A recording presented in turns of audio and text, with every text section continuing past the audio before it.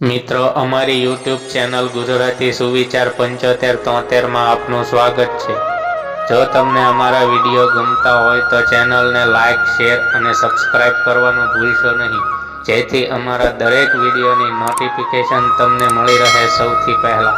રામદેવ પીરનો જન્મ આશરે 600 વર્ષ પહેલા રાજસ્થાનના બારમેર જિલ્લાના કાશ્મીર ગામમાં સંવત 1409ની ભાદરવા સુદ બીજને દિવસે થયો હતો। તેમની માતાનું નામ મિનલ દેવી મૈણાદય અને પિતાનું નામ અજમલરાય હતું। તેમના પિતા આ વિસ્તારના રાજા હતા।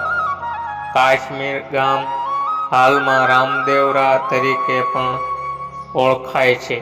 રામદેવ પીરને ભગવાન દ્વારકાધીશ કૃષ્ણના અવતાર માનવામાં આવે છે।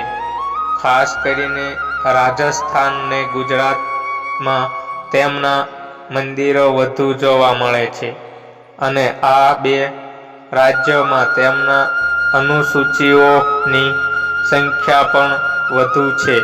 ભાદરવા સુદ બીજને દિવસે રામદેવ પીરની જન્મ જયંતિ મનાવવામાં આવે છે। ઇતિહાસમાં તેના પુરાવાઓ છે કે મક્કાથી 5 મુસ્લિમ પીર બાબા રામદેવ પીરની ખ્યાતિ સાંભળી તેમની પરીક્ષા કરવા આવ્યા હતા। તેમને રામદેવ પીર બાબાના પરચાનો જાતે અનુભવ કર્યો અને બાબાને રામશાહ પીરનું નવું નામ આપ્યું। ત્યારથી મુસ્લિમ લોકો પણ બાબા રામદેવ પીરને એ જ માન અને આદરથી પ્રભુ પદે ગણે છે। બાબા રામદેવ પીરના કાળ દરમિયાન તેમની ખ્યાતિની સુવાસ ચારેકોર વાયુ વેગે ફેલી હતી।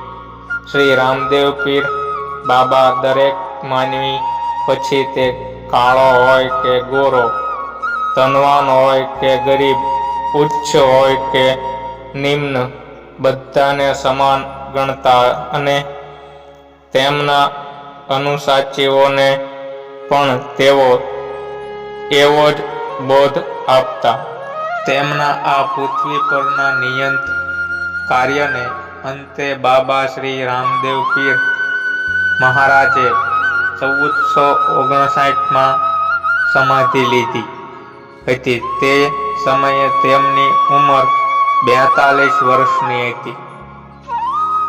બિકાનેરના મહારાજ ગંગાસિંહે 1931માં તેમની સમાધિની ઉપર મંદિર બંધાવ્યું હતું।